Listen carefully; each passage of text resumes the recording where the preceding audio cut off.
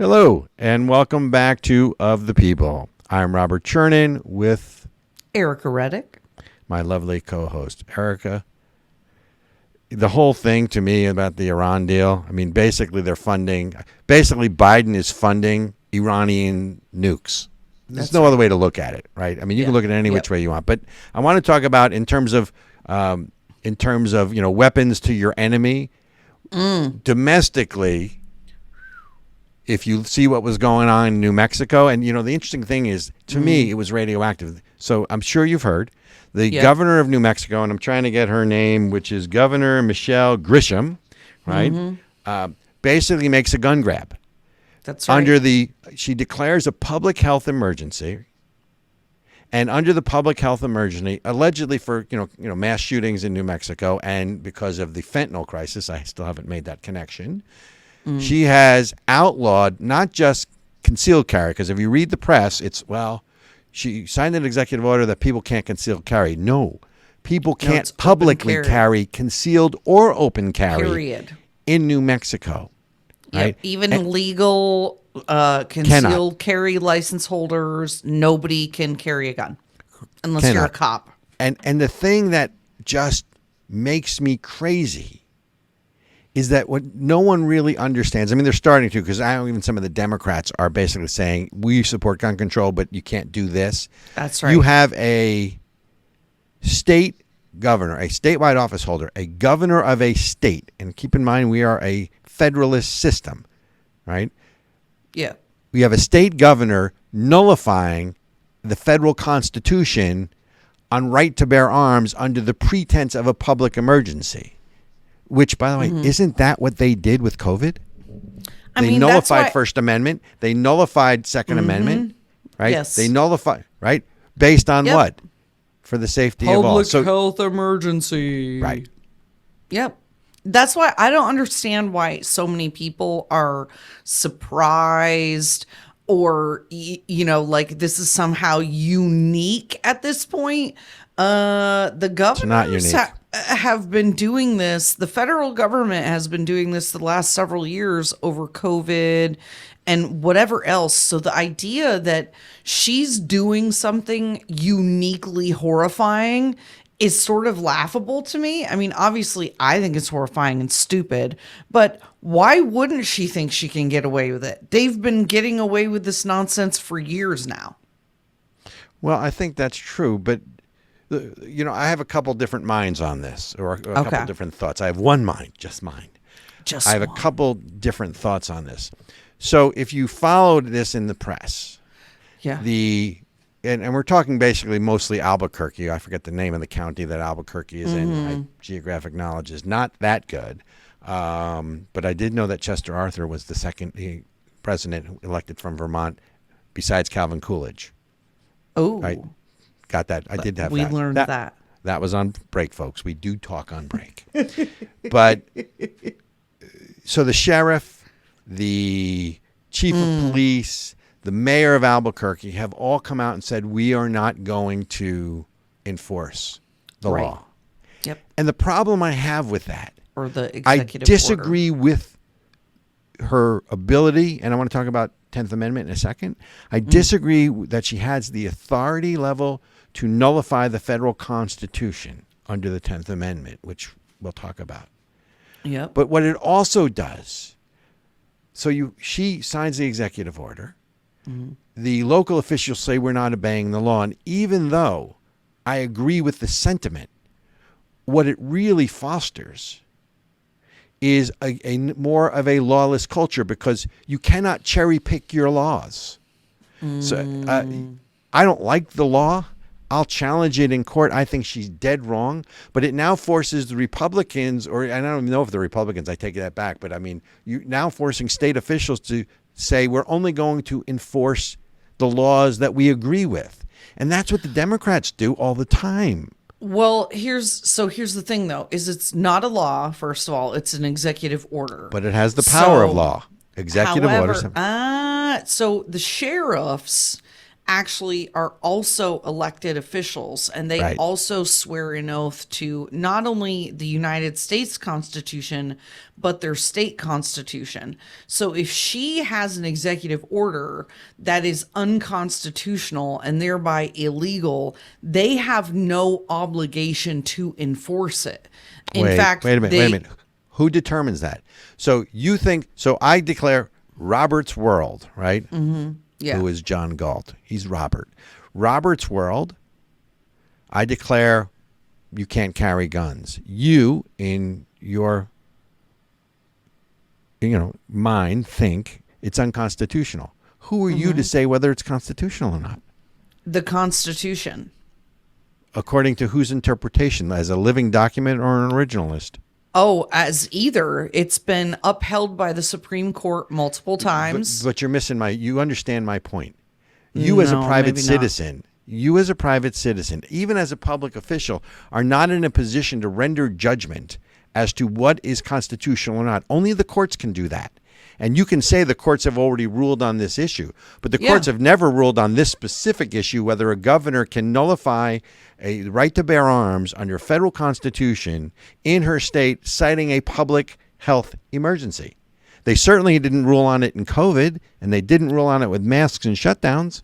So there is no precedent here. I think that was part of the whole problem, though, is they were trying to establish, they got people to go along with nonsense during COVID that was absolutely illegal and unconstitutional. So it's not a matter of legality according to you, or and according to me.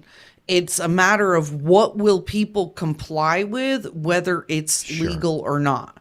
So wait. Do you think that the mandate and the vaccinations and those things were legal or illegal?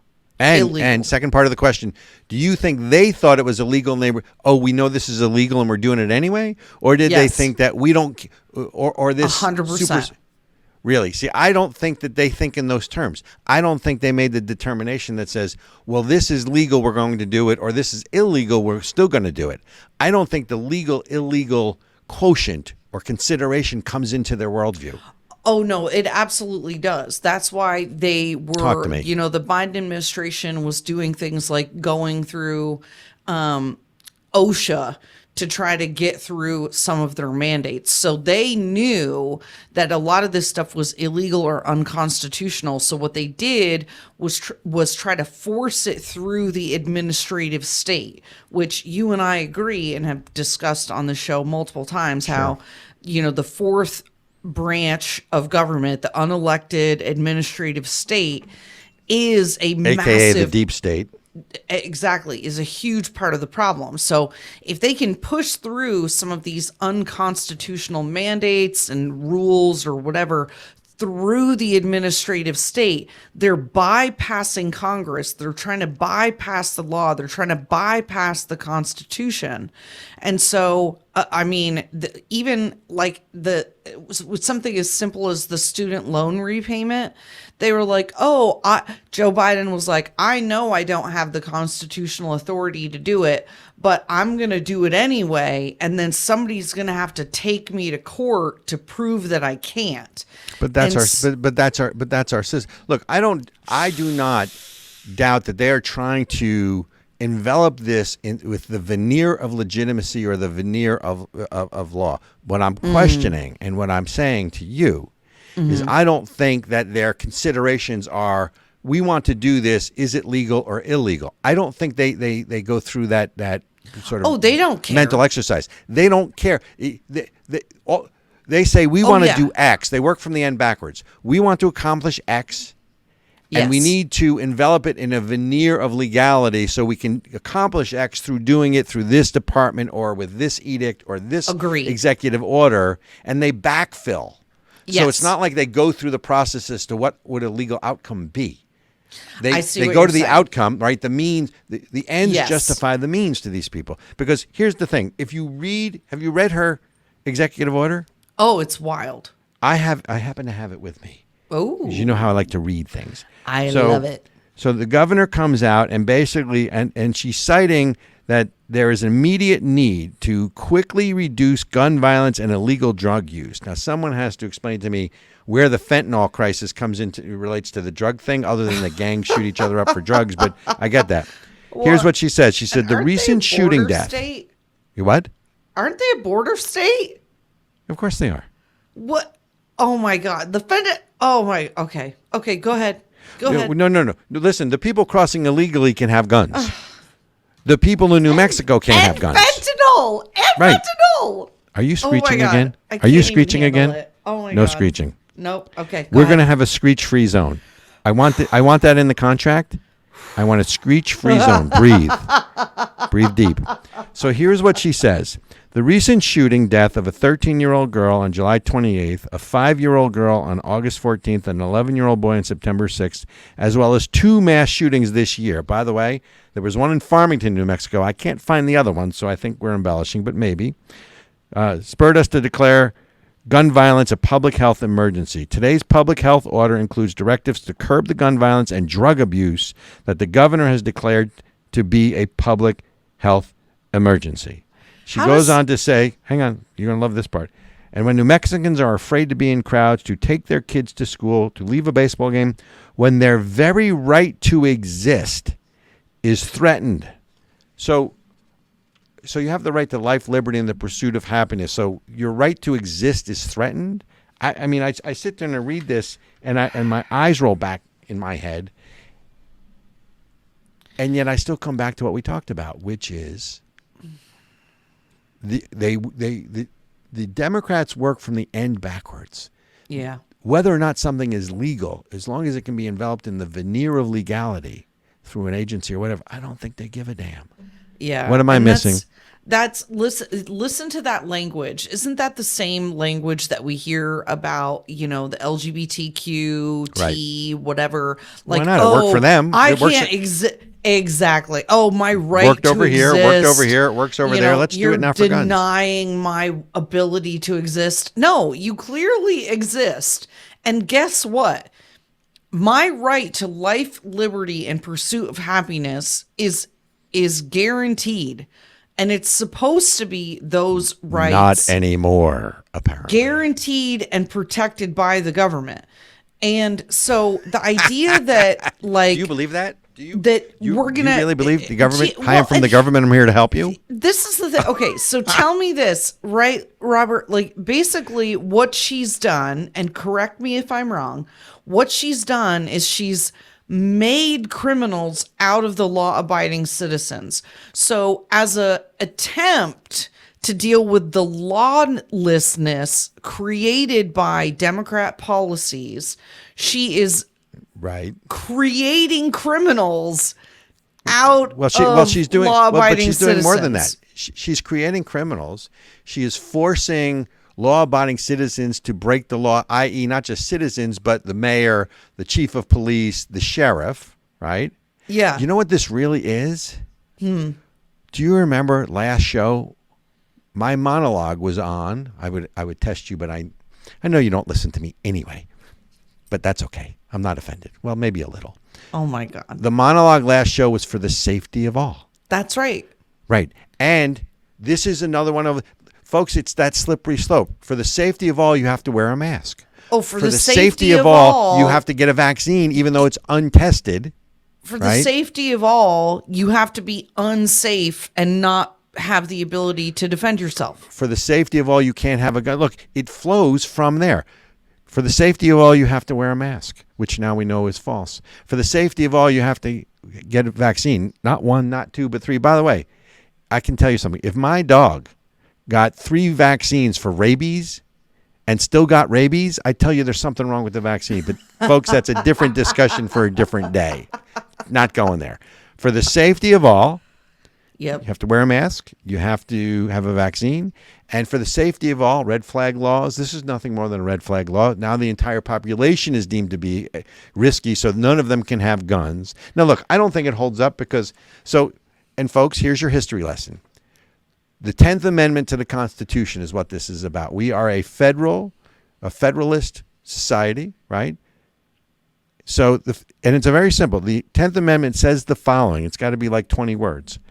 maybe 25.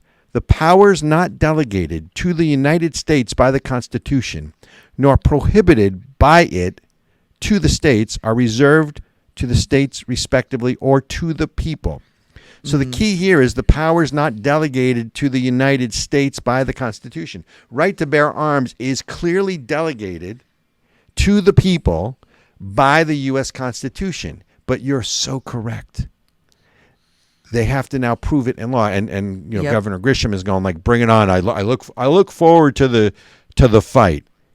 I mean, someone needs to take that woman out behind the shed and beat her with a 2x4. This is wrong on so many levels. And no, folks, I'm not preaching violence, and I'm not preaching violence against women. It's an expression. Get over yourself. No, well, and this is one of the funny things that even pro-gun, like a gun safety advocate or whatever the heck, gun grabber, David Hogg, is saying that the governor can't do this. He was at Parkland shooting. Parkland, Florida. Exactly. Right. He's even come out and said the governor can't do this. Various gun-grabbing federal officials have come out and said she can't do this. Now, I have a conspiracy theory about this. Do you want to hear what it is? No. Wait.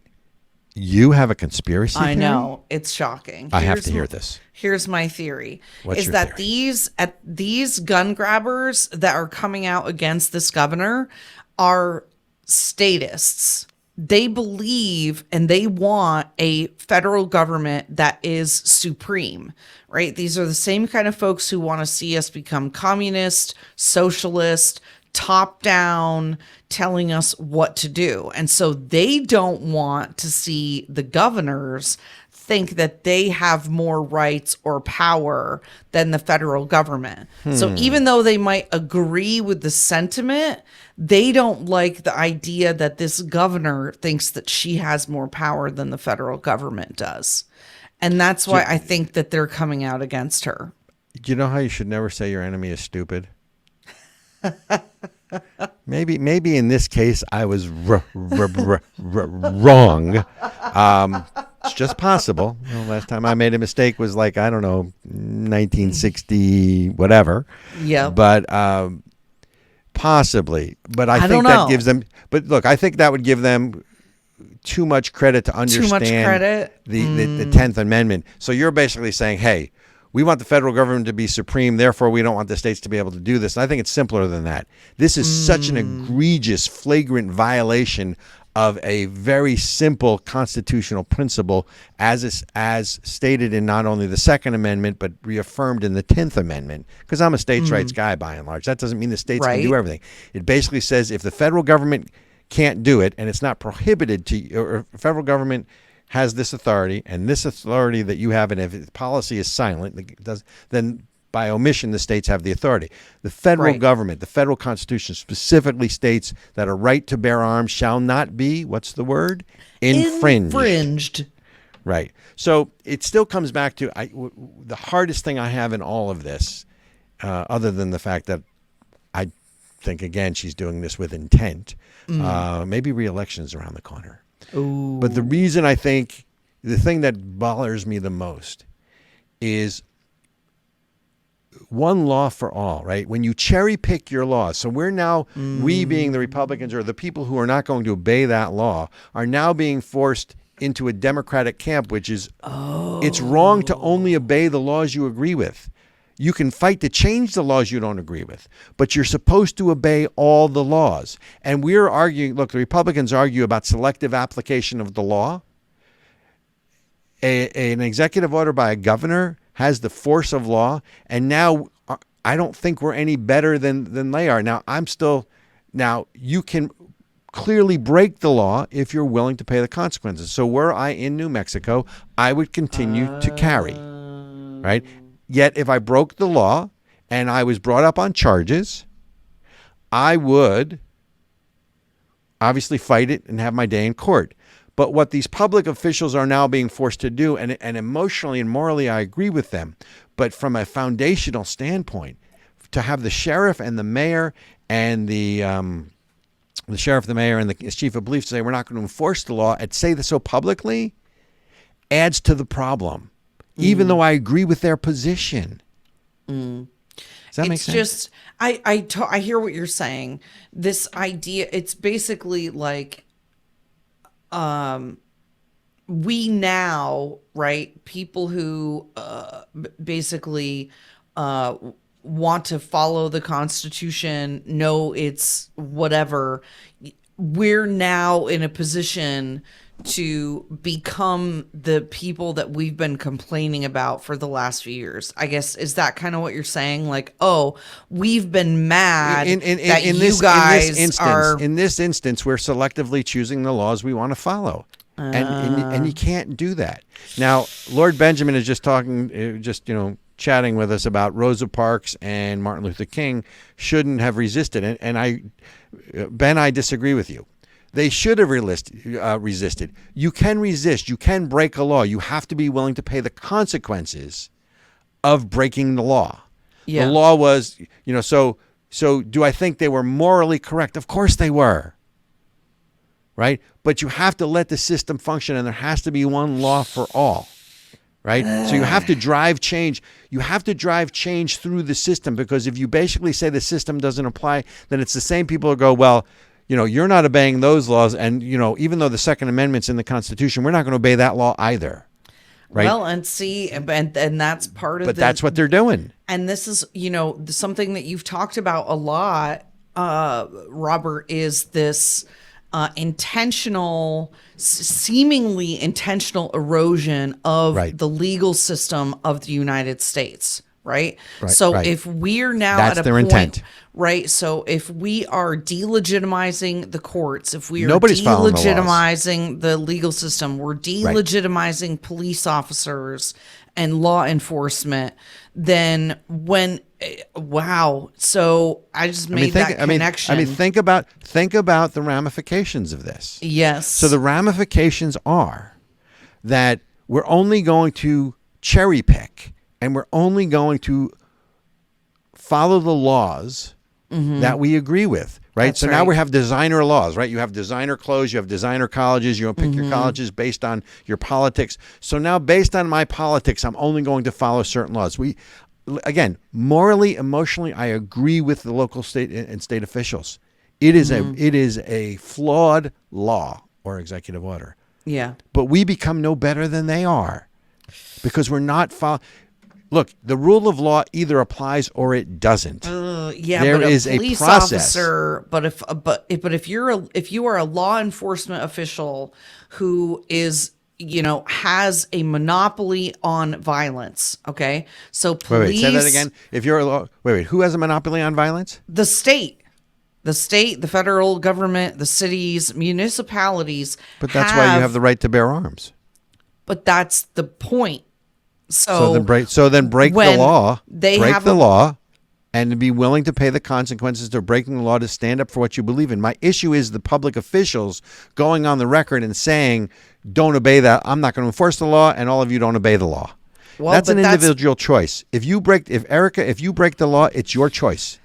It is my choice, but it's also when law enforcement is the gun of the state, and the state is saying we're going to do something illegal, then having the expectation that law enforcement enforce something that is illegal when they have a monopoly on violence, right? So I'm not sure I agree with the monopoly on violence. They absolutely do have a monopoly on violence. That we cannot, if the governor of New Mexico says I'm now breaking the law by having my concealed carry weapon, and the sheriff shoots me because I'm not allowed to have this weapon, I'm going to go to jail, and I then have to go to court and prove myself. Wait, you're going to go to jail because after the sheriff shoots you, or before? If I have a concealed carry, if I break this executive order, which to me is not legal, but that's another story. If I am walking around with my concealed carry gun or open carrying, and that is now Right. against the law, then Correct. a sheriff can arrest me Correct. or shoot me or do whatever. Okay, sure. And- Okay, let's take the shoot you off the table because again, we No, we because don't want if the state we're doesn't, talking about no, monopoly on violence. and because Monopoly the on- state does, if I defend my arresting constitutional arresting right, you. Excuse if me. I defend my constitutional right to carry, and you come to arrest me, your constitutional right does not protect you from killing someone. There has to be just cause. no, you the cannot just cause equate- is that I'm breaking the law, and that police officer feels threatened. There's no threat to your life. If no. if Okay. there is, That's a bri- this- there this is. a bridge If a too far. sheriff comes to, if a Way sheriff too comes far. to take my guns, and I say no, what happens? What do you think they're going to do? They're Well, going to they're not shoot going me. to shoot you. They're not going to Yes, shoot they you unless are.